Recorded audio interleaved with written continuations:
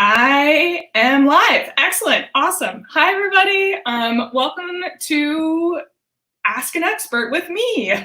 My name is Emma Christensen. I am the editor-in-chief of a cooking website called simplyrecipes.com. Some of you may have heard of us. Maybe you made our banana bread or our shepherd's pie. Those are some of our more well-known recipes. And I'm here today to answer all of your cooking questions, shelter-in-place questions, whatever you have about cooking from your pantry right now, or baking bread, or anything you want to talk about. I am here for you for the next however long we end up chatting. So why don't we start answering some questions? I think we've got some prepared ones. Okay. Is there an ideal cooking time for perfect pasta? My friends, I'm sorry to tell you this. No, there's not a perfect cooking time for perfect pasta. Every pasta you make is going to be just a little bit different. It depends on the shape. It depends on the brand. It depends on how fresh it is. It depends on if it's dry pasta or fresh pasta. The best thing to do that I recommend is to go by whatever the cooking time is on the package and subtract like 1 minute. So if the package says cook for 8 to 10 minutes, I would cook it for 7 minutes and then scoop out a little piece of the pasta and taste it, try it. It's not gonna kill you if it's a little undercooked. And you'll be able to tell it like, oh, it's still a little bit crunchy. It needs to go for another minute or so. And then keep cooking for another minute, try it again. If it still needs a little more time, cook it a little bit more, but it's you just kind of have to find that sweet spot for yourself. So that's my best advice on that question. Yeah, I don't think I have anything more to say about dried pasta. So hopefully that answered your question. If not, leave a comment in the comment thread here, which I need to click over so I can see it. And let me know. Okay, should we answer another one? Favorite healthy meal. Okay. I mean, healthy is going to be different for all of us. We all have a different definition of what is healthy for us, what we feel to be healthy. So with that caveat, I will share my favorite healthy meals for me. The one that I have been loving a lot lately, I've been making this for lunch almost every single day, is 2 poached eggs. And so I get the eggs, I boil the water, get the eggs poaching, and then I saute some greens, whatever greens I happen to have. Right now I do handfuls of spinach, but in the past I'll just chop up a couple leaves of chard or kale or whatever you have on hand. Saute that while the eggs are boiling or simmering, poaching. And then once the greens are wilted, throw in whatever beans you have and that you like to eat. I really love garbanzo beans, so I'll throw in like 1/4 cup to a 1/2 cup. 1/2 cup's kind of a lot, but around a 1/4 cup, I eyeball it, into the pan just to warm them up, and then put it all in a bowl, give yourself a piece of toast, and it's a brilliant lunch. If you've got some pesto, I like drizzling a little pesto over the top. If you like it spicy, a few shakes of some hot sauce or some red chili flakes. If you want, you could put a little garlic in there, give it a little garlicky flavor. Yeah, so that's what I've been loving for lunches, but it would also make a really fantastic dinner too, I think.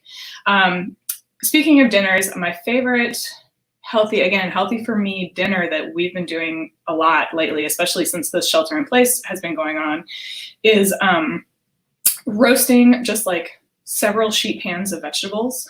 And we usually do potatoes, broccoli, and cauliflower. All 3 of those vegetables will last a really long time in your pantry. So we'll go and stock up on, I'll get 2 heads of broccoli, 2 heads of cauliflower at the store, as many potatoes as I can fit into a bag. And those will last at least 2 weeks, often longer. Potatoes sometimes start to sprout a little bit after 2 weeks. But you just cut off the sprouts and you're totally fine. So anyway, toss that all with some olive oil and salt, roast it at, I usually roast it at 450.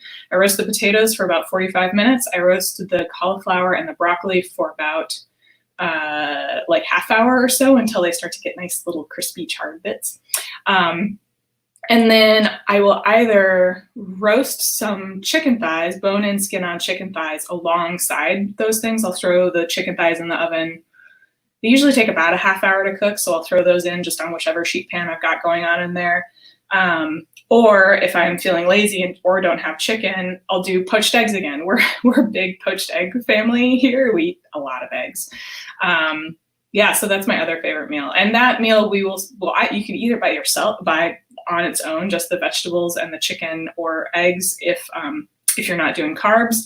If you are doing carbs, serving it with some polenta or some rice, like any kind of starchy grain like that, it's just fantastic. So those are two of my faves. I could probably just keep going on and just rattling off all of my favorite recipes, but I'll leave you with those. And if people want more, you can ask me. We've got a question in the comment thread, which I will go ahead and answer, about any tips for cooking fresh artichokes. Great question. I will admit that this is a little bit of a hole in my culinary expertise, just because I grew up in the Midwest where we don't really get fresh artichokes. I mean, you can find fresh artichokes, but it's not really a thing the way it is out here in California. So I was a fully grown adult before I had my first like whole cooked fresh artichoke. So, but that is my caveat. But if you are into them, the best way to do it is just to steam them. You can steam them in an Instant Pot. You can steam them just in a pot of water with a steamer basket.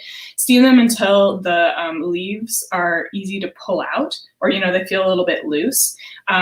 Also, I should go back a step. Prepping them, you want to cut off the prickly tips of the artichokes before they go into the steamer basket. Steam them, serve them with some mayonnaise, dip them in the mayonnaise, and just eat them with your teeth. They're so good. The founder of Simply Recipes, Elise Bauer, is an artichoke aficionado. If she happens to be online, I hope she chimes in, and she probably will, and correct me with all of my artichoke cooking techniques. But if you go on to Simply Recipes, we actually have several really fantastic fresh steamed artichokes recipes. Some of them are stuffed, some of them are just plain and steamed, all very good. If you do want to do if that's not how you want to eat them, and you want to eat them like in a stir fry or something like that, it's a little more complicated because you basically have to trim away all of the outside leaves, and you end up with the heart, the very middle part of the artichoke, and then you can chop that up and just saute it. But honestly, that's a lot of work just for a saute. If that's the kind of meal you want, I would go with jarred artichoke hearts or frozen artichoke hearts. But if you got fresh, steaming is the way to go. It's really good. So hope that answers your question. A question from my father-in-law, Jesse. Hi, Jesse. How do you avoid overeating when you're making all the delicious dishes we're talking about? Eat until you're full, and then stop. That's all I can say. We also balance a lot of our, so I develop recipes for our website, and sometimes we'll go through phases where I'm developing cinnamon rolls or pasta recipes, and you got to just balance that out with some nice leafy greens. That's my best advice there. Okay, let's see. Let's take another question from the ones that came in before the call. Can I use a vinegar mother to start making kombucha? Okay, so first of all, kombucha, for those of you who don't know what that is a fermented tea. Basically, you start with a mixture of sweet tea. You brew a batch of tea, you add a bunch of sugar, and then you use this thing called a SCOBY to ferment that liquid into kombucha. And it makes this very tart, refreshing, fizzy drink that's just some people don't like it. I find it super delicious. It's one of my favorite things to drink. So that's what kombucha is. And so what this person is asking is, how you get jars of vinegar, and sometimes they'll have a little blobby bit at the bottom of the jar. That's called a vinegar mother, and you can actually use that to make batches and batches and batches of vinegar. And so there are a lot of there are a lot of similarities between the vinegar mother and the kombucha SCOBY. They're kind of like cousins. They're not exactly the same, but they do the same basic job. I have never personally used a vinegar mother to start brewing kombucha. I have heard of people doing it. And in theory, I think it should work. I think it would take a little bit of an experimental mindset going into it, because whenever you're playing around with these naturally fermenting things with bacteria and yeast, there's just kind of a factor that comes into it. Sometimes things work out and it's fantastic. Other times you start growing a mold farm in your kitchen and that's just the way it goes. So I'd say if you're in for an experiment, give it a try. I mean, the worst thing that'll happen is you throw out a batch of sweet tea that doesn't turn into kombucha. The best thing that'll happen is you'll start making kombucha. And once you start a batch of kombucha, the scope, you'll grow a new layer of SCOBY every single time, and you can just keep using that batch after batch after batch after batch. So that's my best advice on that front. Okay, let's see from our list of people coming in, our list of questions coming in from people in the live chat. Favorite yellow cake recipe? We have a recipe on Simply Recipes. I'm going to see if I can find it real quick and then share it in the live stream while we're talking. It is a gorgeous cake, and you can make it as a layer cake. You can make it as a just like a sheet cake. Let me see if I can find a yellow cake. This is probably going to take me way too long. And what I might do instead is just remember that you asked this question, and I'll come on the thread after we're done here and I'll share it. So hopefully, Jennifer, that will be okay. I'll remember to tag you so that you come back and see it again. But yeah, it's a beautiful cake. It's if I remember right, I think it's a 1-bowl cake, and you just kind of mix it all together and pour it into your pan, and it's gorgeous. It's gorgeous if you want to put it frost it and have it as like a birthday cake. It's lovely with whipped cream and summer fruit on top. It makes a really lovely, like refreshing summer cake. So I'll find that link for you afterwards and share it, I promise. Pinky swear. Okay. Do you have a recommendation for a good quality nonstick pan? I really like Calphalon nonstick pans, Calphon, I believe. Anolon also makes really good nonstick pans, Anolon. Either of those companies, I just find the quality of the nonstick pans to be really good. They don't scratch up super fast. They last for a while. Any nonstick pan you find, if it has nonstick coating on it, it's not going to last forever. That's just the nature of nonstick pans, and you kind of just have to know that going in.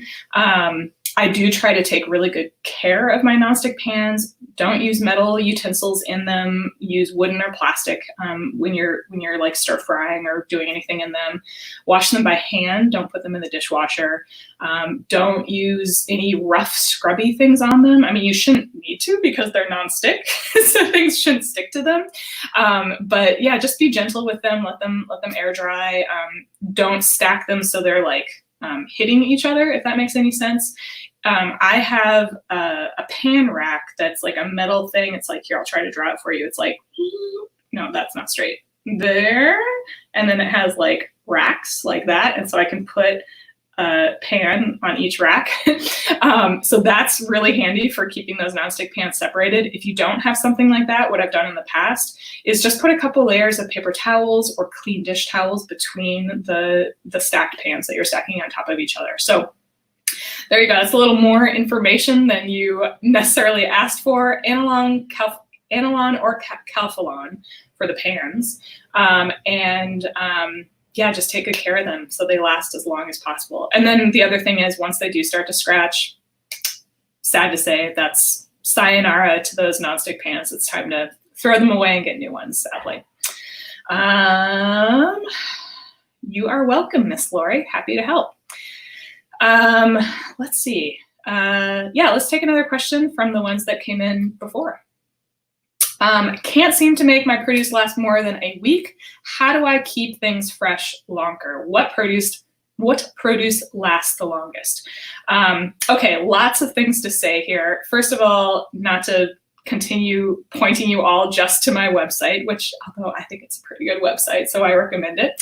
But we did post do a post a couple weeks ago about freshness of foods and storing foods and how to keep them fresh longer. So I will also put it in my mental box to go find that link and put it into the comment thread after we're done.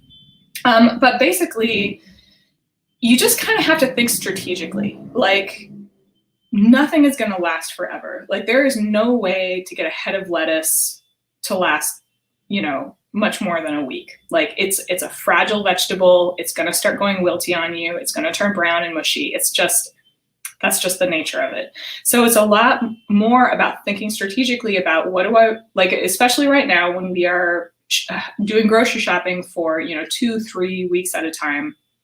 Just thinking strategically about what do I want to cook in the next week? What do I want to buy now that I'm going to cook in 2 weeks? What am I going to buy now that I'm going to cook in 3 weeks, et cetera, et cetera, et cetera.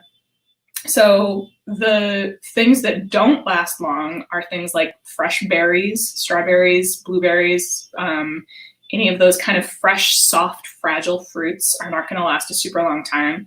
And ditto with vegetables, any vegetables that are that just feel softer and more fragile. So like bell peppers don't tend to last much longer than a week. Trying to think.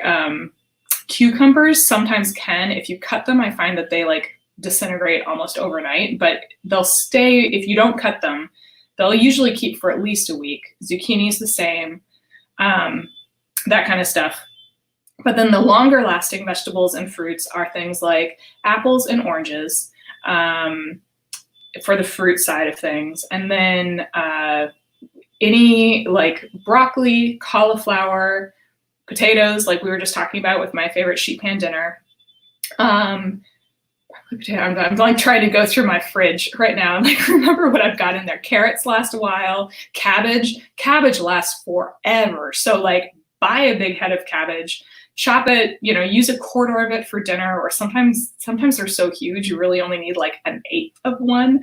But those things will last forever. And even when they start to go a little bit bad, you can make kimchi or sauerkraut or make soup, or there are ways you can use it up. And then of course there are the things that don't have to be refrigerated. So things like squashes, like hard squashes, spaghetti squash, acorn squash, butternut squash, those things don't have to be refrigerated. You can just store them in your cupboard or, just in a darker, cooler place of your house or apartment. I feel like there are some obvious things that I'm, of course, missing here. And then beyond that, those are just things that are like fresh. But use your freezer. I mean, if you get a whole flat of strawberries, I was at Safeway 2 weeks ago, and they had flats of strawberries that were like $5 for 2 pounds or some, crazy deal. I'm not going to eat all those strawberries in a week. Well, okay, I can eat all those strawberries in a week, but considering that maybe I don't eat all the strawberries in a week, just chop them up, remove those green tops, chop them up, put them in a freezer bag and stick them in your freezer. I mean, there's no difference between you freezing fruits and vegetables and the frozen fruits and vegetables you buy in the freezer section at the store. That's a great way to save anything that's about to go bad, or if you find a deal on something, like, chop it up, put it in the freezer.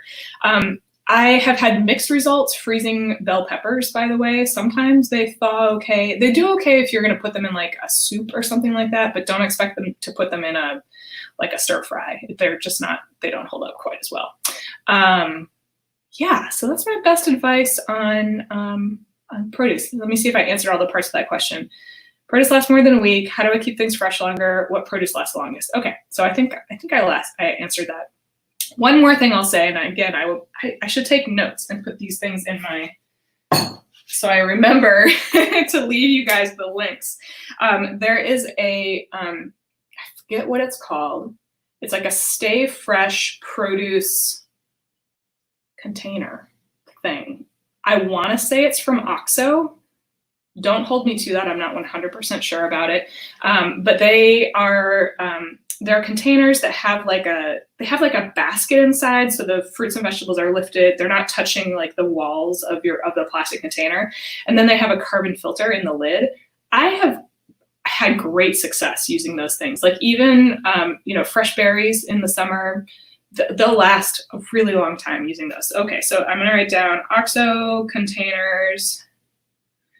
I'm gonna send cake recipe. There was one other thing. Oh, there, Sunnyvale, you found the, pantry staples. They just shared the pantry staples for social distancing. Wendy's the librarian sitting with me here in the background. Wendy, there's another post from Katie Morford on, I forget what it's called, storing fresh fruits and vegetables. I think if you search for that, you should find it. But if you don't find it, I'll write it down here and share it afterwards. Katie Morford's fresh fruits and veg. All right, I'll get back at you with those things. Yeah, that sounds good. For those of you who have just joined us, by the way, I'll reintroduce myself. I'm Emma Christensen. I am the editor-in-chief of simplyrecipes.com. We're a home cooking website. Got all your home cooking needs there. We got recipes, we got reviews, we got tips, we got all that kind of stuff. So if you haven't heard of us, please come check us out. And if you have, thank you. Thank you for checking us out. I'm coming to you here from my lovely office. Behind me are all of my cookbooks. I use these all in heavy rotation as I do my business. To my left over here, we've got a lovely view of the houses across the way. To my right, we have my cats that are scratching at the door. Hopefully you can't hear them. And I am here answering all of your cooking questions that you got right now. Let's see if anything has come in since I've been chatting away. Do you think it's worth trying to grow your own vegetables? I have a brown thumb. Honey, I am right there with you. I also have a brown thumb. These green plants, I don't know how they're still alive, to be completely honest with you, because I tend to kill everything immediately. I will say that living in California gives you an advantage. As I was saying earlier, I'm from the Midwest. You'd think Midwest is also a good place to grow things. So I probably shouldn't say anything or else my Midwest friends are gonna yell at me. But there's something about living here in California that it's like, if you toss some seeds on the ground and kind of like let them hang out, suddenly you have a giant, whatever, avocado tree or whatever. It's amazing. I think that if you have the space, it's totally worth it to try to grow your own fruits and vegetables. I would start with things that are easier. The next question you're going to ask is, what is easy to grow? And that I am not an expert at knowing. Fruits are not easy to grow, especially fruit trees, or they're just, I shouldn't say that because again, my friends who grow this stuff are going to yell at me. But they can be trickier. I would say if you are just starting out, start with leafy greens. They tend to, I think, if I remember right, they grow pretty darn well, like kale, chard, that kind of stuff. Radishes also tend to grow really well and really easily. If any of you in the thread here who's watching, if any of you have suggestions for things that are easy to grow, please share your best suggestions. I'm trying to think what else. I'm envisioning my friend's yard. They just started gardening this year, and I'm trying to remember what they're growing. Yeah, that kind of stuff. I think weirdly, hot chili peppers are fairly easy to grow, or they grow relatively abundantly. Cherry tomatoes, I think, also grow well, but like heirloom tomatoes or San Marzano tomatoes or like the big tomatoes, those are a little trickier, but cherry tomatoes, I think, grow very well. So that's my advice. And the other thing too is you can kind of start small in your kitchen. There are some things that regrow really well. So like if you've got green onions, for instance, you just bought a bunch of green onions from the grocery store, chop off all the top green bits and you're left with that like little white root bit with the straggly little roots hanging out. Stick those in a little tumbler of water, just submerged, make sure the top still pokes out over the top of the water. Leave them on your windowsill for a couple days and they will start regrowing. They won't regrow indefinitely, but I think you can get like, I don't know, when I've done it in the past, I've gotten like 2 or 3 harvests out of them. Celery also regrows well. You can't regrow like a whole celery stalk, but you can regrow like the leafy green parts, which can be really good for salads or for a quick stir fry or something like that. So I feel like there's other things that are fun to regrow on your windowsill, but those are the two that come to mind immediately. I'm going to take a little sip of water because I'm getting a little parched. Okay, so hopefully that helped you out, Shaughnessy, if I'm saying your name correctly. Apologies if I butchered it, but good luck with your garden. I don't have a garden space here where I live, but I really wish I did. Even though I also have a brown thumb, I just have this like craving to just try it and make it work. So good luck. Have fun this summer. Okay, let's see what else we got. Lori has a question about tips on sourdough starters. Worried that yours went dead. Sourdough starters, so similar to if you were here when I was answering the question about kombucha scobies, sourdough is how do I want to say this? Sourdough is both very straightforward and also kind of tricky. So it's like a little bit of both. It's another one of these things I feel like you have to come to it with a little bit of an experimental mindset. Like, I'm going to give this a try. It might not work the first time. It will probably work the second time. Like, you just kind of have to keep at it and learn as you go. I also find sourdough, again, similar to kombucha. It's weird. Like, if you have not if you've not baked with sourdough before, it's not like anything else that we regularly cook with in our kitchens. So it has a whole different personality, a whole different set of like things you need to think about, and it's just a learning process. It's like learning to ride a bike for reals. Like, you're gonna fall off sometimes, you're gonna have some successes, but bit by bit you'll grow into it and it'll start to become second nature. Okay, so that's my preamble there for why you should keep trying with your sourdough starter. But your specific question on making the sourdough starter. So making a sourdough starter is a pretty basic,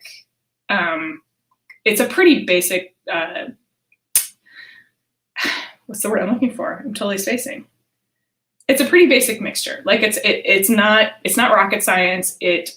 There's no, like, you'll find a million different recipes out there on the internet and in cookbooks. They're all a little bit different, but honestly, they're all the same. You combine flour and water in a bowl. That's it. Equal parts flour and water, ideally by weight. You can go by volume, that's fine, because all you're really doing is mixing them together and making a paste.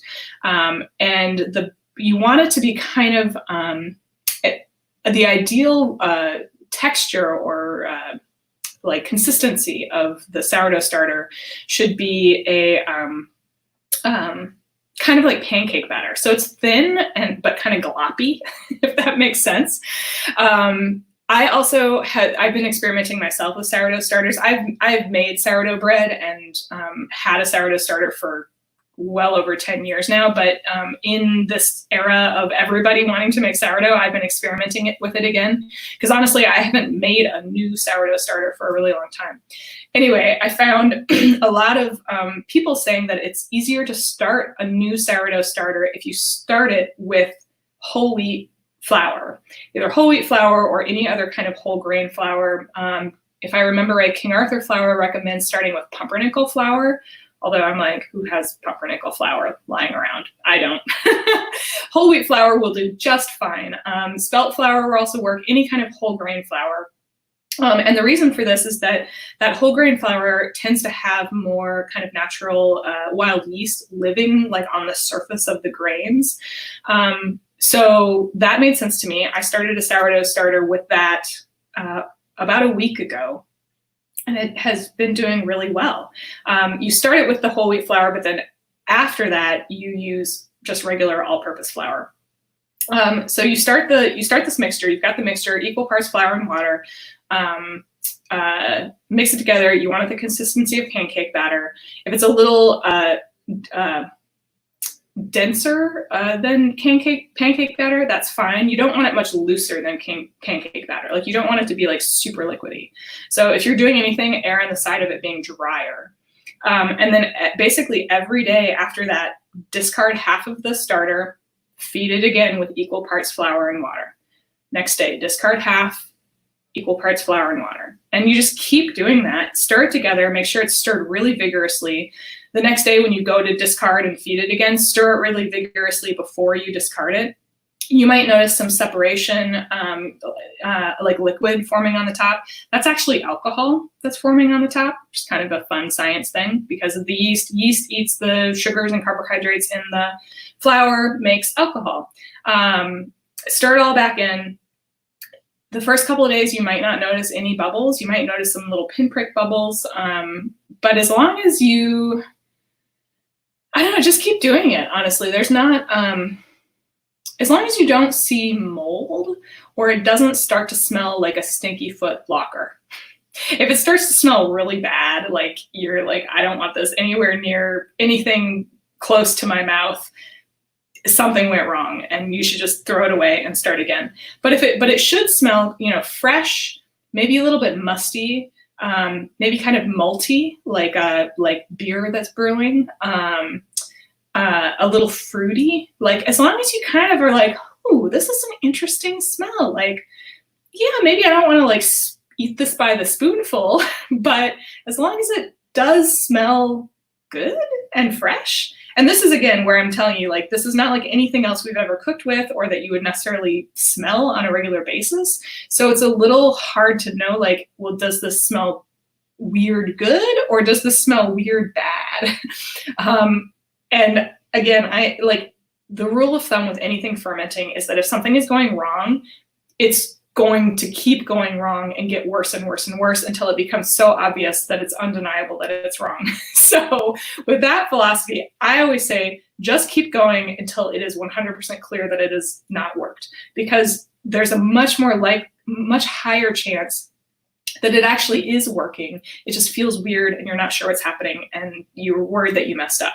So keep going, keep discarding every day, refeeding with equal parts flour and water. You should, if things are going well, it should start to get bubblier and bubblier and bubblier. So after about like 5 to 7 days, it should be, you should see like active bubbles. You should see a doubling in size. And once it is starting to regularly double in size every 24 hours, like you'll see it double after about 12 hours and then it'll sink down again. So just keep an eye on it during the day. But once you see it kind of regularly doubling in size, then it's ready to go. You can go ahead and start making bread. It will, the more you feed it, the more you take care of it, the more you bake with it, it's going to get stronger and stronger and stronger, and you'll start getting better and better and better loaves of bread out of it. But yeah, just give it a go. I believe in you. You can do it. And if any of you, anyone watching right now, you can always email me at emma@simplyrecipes.com, or you can find me on Instagram at Christensen Emma. That's it's reverse, not Emma Christensen, because some lady in Denmark had Emma Christensen already saved. So I am Christensen Emma. People text me all the time on Instagram and share their photos of things and ask me questions. So I'm always happy to answer questions. I'm not super fast at getting back to people, but I try to do it within at least a couple days. So feel free to come ask me more questions there. Let's see, what else we got? Let's see, Kathleen has a question here. Sorry, in a lasagna recipe, can I substitute veggies for meat? Absolutely. I love a good veggie lasagna. One of my favorite things to do is swap the meat with mushrooms. Like just chop up a bunch of mushrooms, chop them down to like about the size of ground beef, like super tiny. You can do this in a food processor, just like blitz it for a couple seconds in the food processor, or like, do the pulse it in the food processor until it's all like blitzed up. And then, yeah, just swap it in 1 for 1 with the veggies.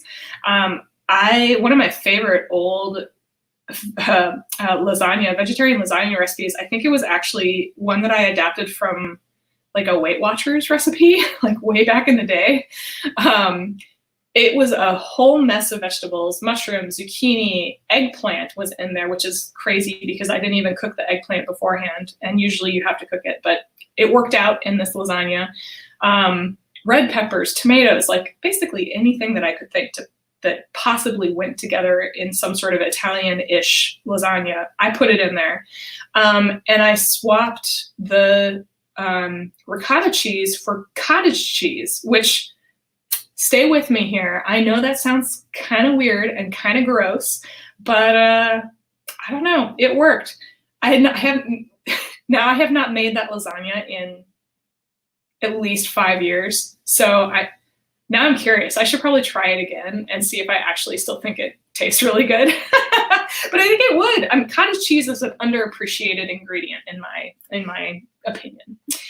So yeah, go for it. Make a veggie lasagna. I think it'd be great. Let's see. Let's go with another question from our the ones that came in before. Can you still bake bread if you can't get your hands on yeast? Unfortunately, like true bread, like sandwich bread or artisan bread, you gotta have some yeast. It's just sorry. That's just the way it is. You can make your own sourdough starter, like we were just talking about. It's a little more work. It's a little more, you have to come to it, like I said, with a little more of an experimental, like try hard attitude. But sourdough is super fun to work with. Once you kind of get the hang of it, there's just so much you can do with it. I even, by the way, this is off topic, but one of my favorite things to do with the discard from the sourdough starter, like I was saying, you discard half of it and feed it all the time.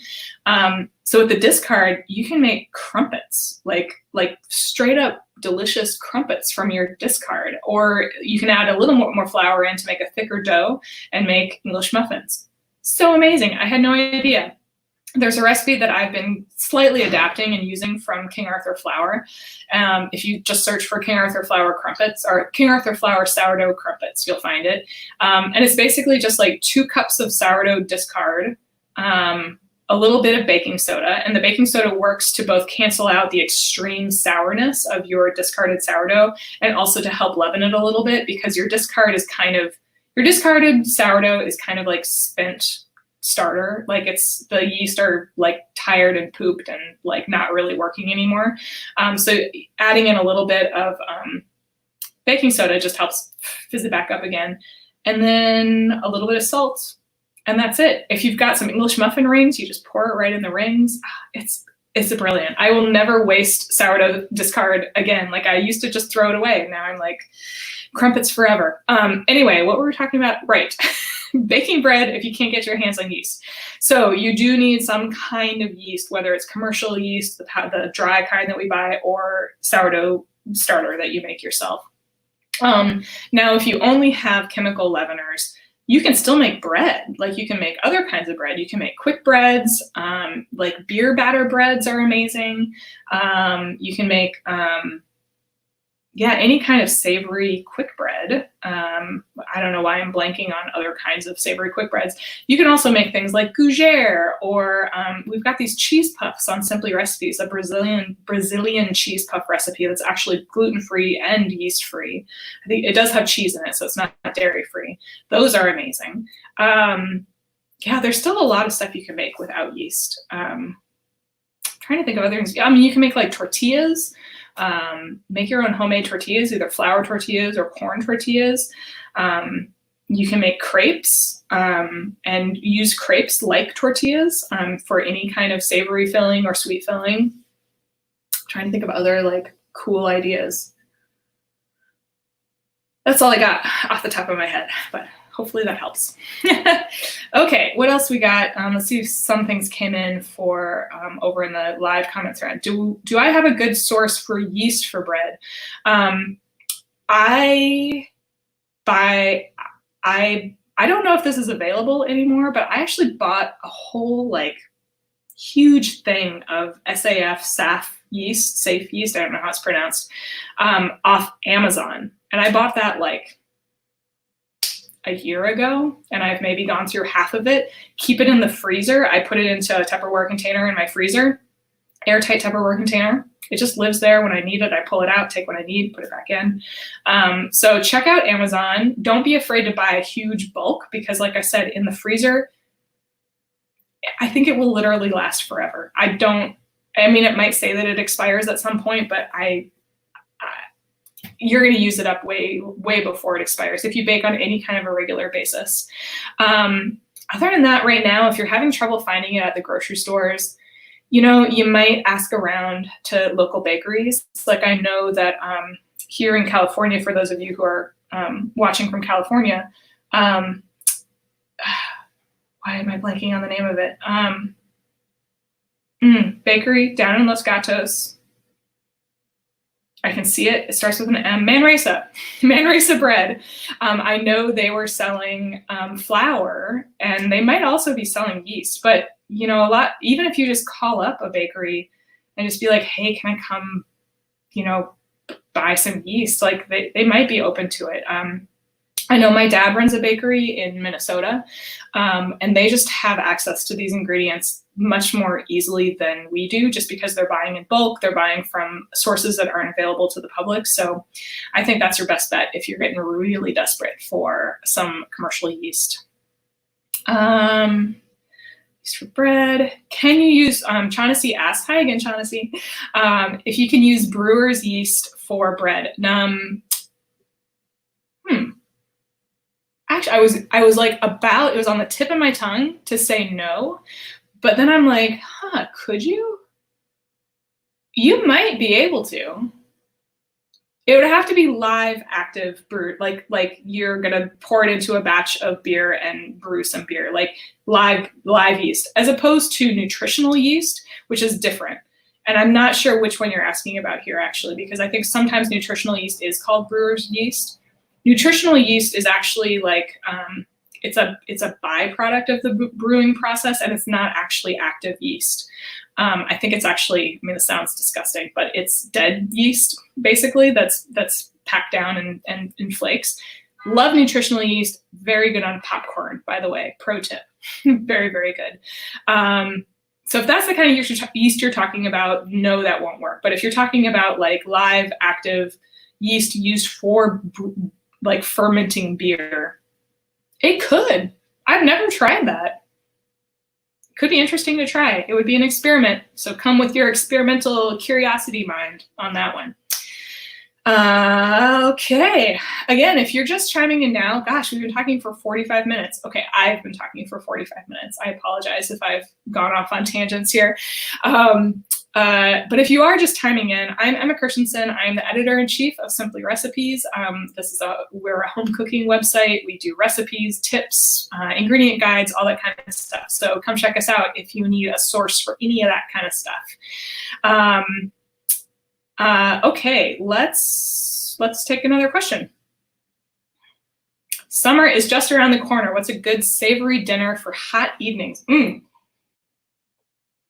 Well, a savory dinner for hot evenings.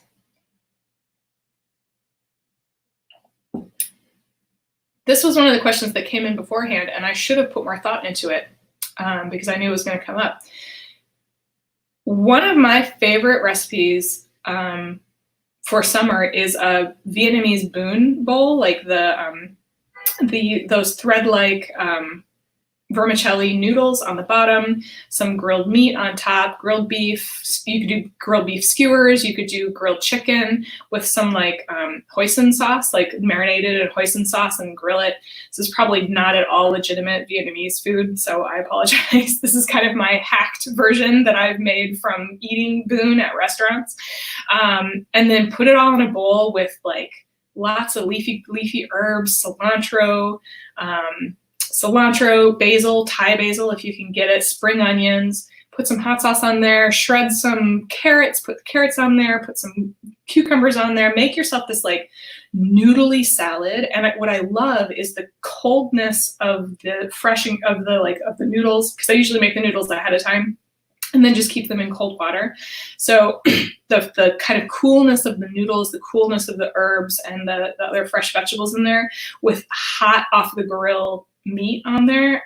You could also do tofu if you don't eat meat. I just love that like texture and temperature combination. It's so good. And the herbs, I could just go on and on about the herbs. The herbs are just so fresh. Also love making spring rolls. If we're staying in the Vietnamese, Asian side of things, spring rolls are just really nice and handy for summer evenings. They're so fast and just light and refreshing. I also love a good steak salad. I think I'm a big salad eater in the summer, to be honest. Just lots of big protein rich salads with just lots of stuff on them.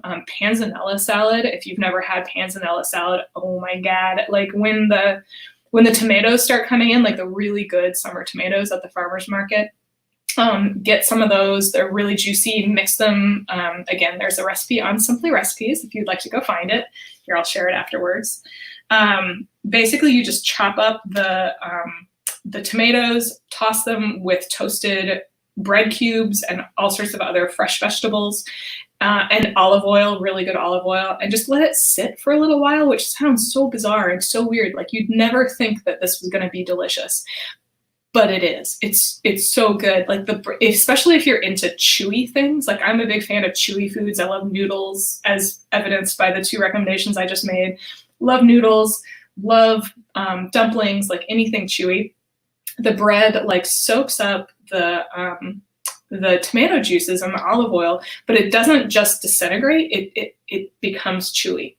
So those are my recommendations. We'll go with those.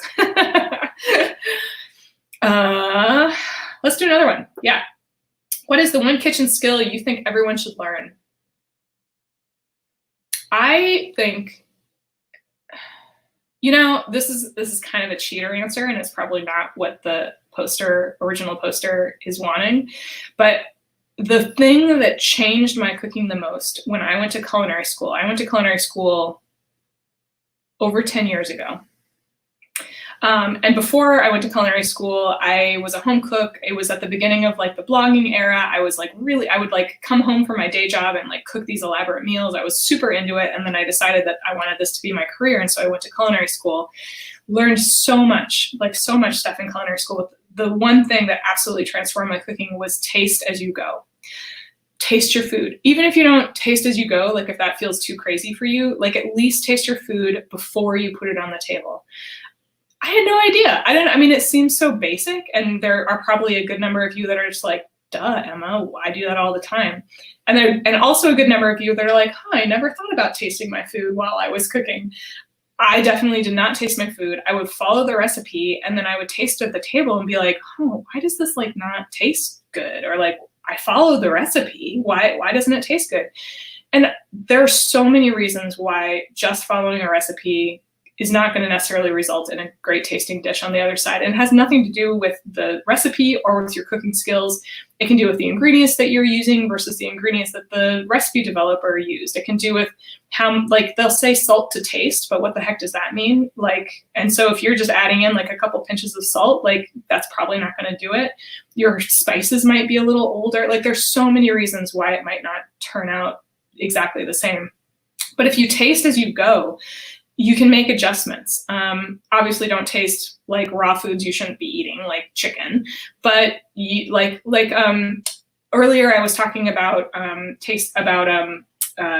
roasting vegetables. So one of my favorite things is I chop up the broccoli, put it in a bowl, toss it with olive oil and salt, and then I taste it. I just taste the raw broccoli thing, and I'm okay, did I put enough salt on this? Does it taste and by salt to taste, you should taste a little bit of it shouldn't taste salty. You shouldn't really be super aware of oh my God, there's so much salt on this, but it should taste flavorful. It should just taste good. You want to keep eating more of it. And so I'll taste one of the broccoli florets. Nope, not quite there yet. Put a little more salt in, taste another one. And it's when I start eating this raw broccoli and I don't want to stop eating it, that I'm okay, I hit the right place, and then I roast it. So you can do that with anything that you're cooking with. As you're making a sauce, when you're at the beginning, you saute the onions and the garlic. Taste the onions. Do the onions taste good? Is the texture good? Could I put a little more salt on them? Cool. Add the sauce in, let it simmer for a couple of minutes, then taste everything together. Taste the onions and the garlic and the sauce, taste it all together. Could it use more chili powder? Could I put more salt in it? Just start thinking about it and thinking through what you're tasting. So that's my number one thing. Just taste your food. And don't be afraid to like add more or go off the recipe, or, you know, salt it to taste, because like all of our preferences for salt especially are very different. The other thing I would recommend is salting as you go. Most recipes just have you add a little bit of salt at the end, and that just seasons things kind of, it just doesn't do as much. Like if you salt as you go, if each part of the recipe that you're making is well seasoned, and again, I'm not talking about salty, I'm just talking about it tastes good, it tastes flavorful, then the whole dish is going to be salty. It's not, I mean, not salty, geez, no. The whole dish is going to be well seasoned. And don't worry about over salting, because if you're tasting as you go, you're never going to add too much salt. So, and it's also easier to correct. So like, say you start with the onions, you salt those onions, you taste one and you're like, oh my God, I added too much salt. Those taste really salty. Like, it's cool because you got like a bunch more ingredients to add your sauce in, add your tomato sauce in, taste that.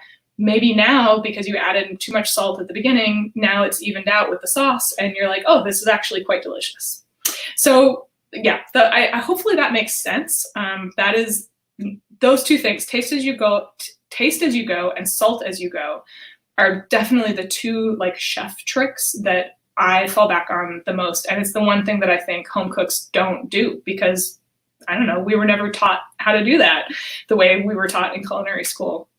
In terms of straight up skills, I would say just learn how to chop things. Learn how to hold your knife properly. Don't hold it like this. Hold it like this, with like pinch the, like right behind the bolster where the knife handle is, pinch the blade, and then wrap your rest of your hands around the handle of the blade. That's the best way to hold a knife. It's going to feel weird at first if you're not familiar with it, but it will give you so much more control over the knife. It'll prevent it from slipping quite as much. You're not going to be as worried about cutting yourself. Yeah, learn how to hold your knife and how to chop vegetables. Like that's just core.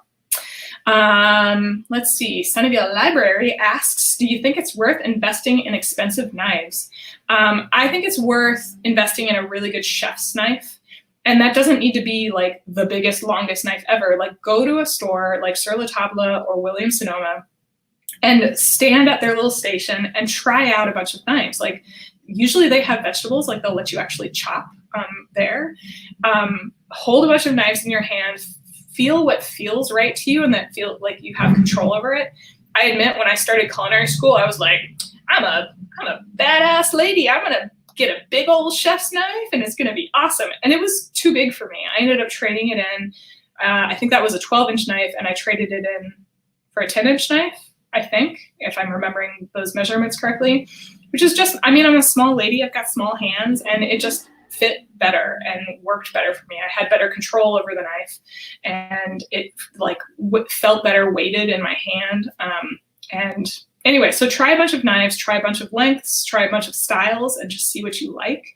That is one thing I think it's worth investing in. The other knives, not so much. It's like you don't need like a whole set of like Wusthof beautiful knives. I think it's worth having a good bread knife, a good quality bread knife. Those will last forever. Like because you're only cutting bread with them usually. Like you don't usually have to sharpen them very often at all. I don't think I've ever sharpened my bread knives, honestly. Paring knives, I'd say don't worry about those being super fancy. Like the paring knives that I use the most are like cheapo ones that I got at Target. And they're just light, the blades are thin, like I don't worry about them. Sometimes my husband accidentally puts them in the dishwasher. P.S. Don't put your knives in the dishwasher. They will dull super, super fast.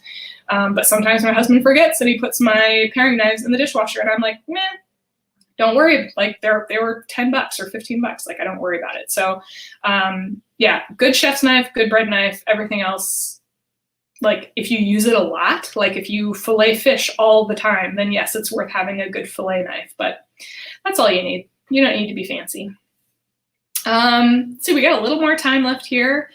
Should we answer some more questions? I can keep talking. Are there more questions? Sunnyvale, there we go. Okay. 5 ingredients that I keep on hand at all times. Onions. When this pandemic started, I did not stock up on onions nearly enough. I had no idea how many onions I went through. The first couple of weeks, like when we were all so scared and like I didn't want to go to the grocery store, I ran out of onions and I like panicked. I'm like, I don't know what to cook. I don't know how to cook anything. Got over that. It was fine. I survived, obviously, but I made sure to buy like a big bag of onions the next time I went to the store. So onions, I really like jarred bell peppers. Chicken sausage, which I throw in the freezer. I buy just packages of it and throw it in the freezer. If I have onions, jarred bell pepper, and chicken sausage, I can make like several different meals. I can make pizza. I can make a stir fry. I can do like a polenta bowl. I can, there's a Thai curry that I really like that I use all those ingredients for. So as long as I have those 3 ingredients, I'm usually pretty good. But since I have 2 more, I will say pasta or noodles. I keep rice noodles in my cupboard at all times. I actually think I use rice noodles more than I use regular like wheat pasta. Let's see, one more ingredient. I'm gonna go for chickpeas. I love chickpeas. I like having them around. They're really easy for a quick lunch and stuff like that. So yeah. What else we got? What other questions? Maybe no more questions. Did I answer everything? I might have. Oh, I see. I have a private chat with the librarian ladies. Let's see if they're telling me. If they're telling me to get off the air. Aiden says that I can use the last minute or 2 to plug my own stuff again. Okay, I'll do that. I'm Emma Christensen. I'm with simplyrecipes.com. We're a home cooking website. Please come check us out. We love interacting with readers. We love helping you guys figure out what to cook, figure out how to use your pantry ingredients, like solve any of your cooking questions. Like that is our passion. And that's what we all love to do. We're a really small team. We've got 4 full-time people and 2 part-time people, plus a whole team of recipe developers that we work with and freelance writers. And we love what we do. We have a summer cookbook club coming up. You can sign up for it now. I don't think there's a post about it on our homepage, but I'll put a link in the show notes here. Cooking club. We are doing, for the first book, we're doing Vietnamese Food Any Day by Andrea Nguyen. She is a California resident. She's down in Santa Cruz. She's a buddy of mine, and she wrote a fabulous book about easy, everyday Vietnamese cooking. So we're going to hit that one first. It starts June 1st. We're going to cook 1 recipe a week from it. We've got a couple posts coming up. We've got an interview with Andrea. We've got some ingredient spotlights, equipment spotlights, things like that, to get you kickstarted with Vietnamese cooking. And the whole concept behind this is we're like, hey, we're stuck at home. Even if things start opening up, none of us is probably traveling all that much. We miss traveling. Let's travel together via cooking. So the first book is Vietnamese cooking, and then we've got at least 2 more that we're doing, which are a secret, so I will not announce them. So we're doing Cookbook Club. If you'd like to check out our shop, we have a Simply Recipes shop. You can get there on the Simply Recipes homepage. We've got some downloadable meal plans. So if any of you are struggling with like, gosh, I'm like bored of cooking everything that I'm already cooking, or I just need some new inspiration, or please, dear Lord, give me some like healthy recipe ideas or something. Go there, check it out, and download one of our PDFs. We also have a free weekly meal plan that we send out every week. And you can, if you sign up for our newsletter, there's a specific meal plan segment to our newsletter, so you can sign up for it there. Trying to think anything else that we want to plug. I think that's probably it. I think we're good to go. You guys, it has been such a pleasure hanging out for the past hour and talking about cooking, talking about food. I've really enjoyed it. I was nervous coming on. I wasn't quite sure how it was going to be, just to like sit here in my office and answer questions. But I had a really good time. So all of you who joined us for the last hour or even a part of the hour, thank you from the bottom of my heart. It's been a real pleasure. So I'll see you around Sunnyvale, those Sunnyvale residents that are watching. Okay, thank you so much. Bye.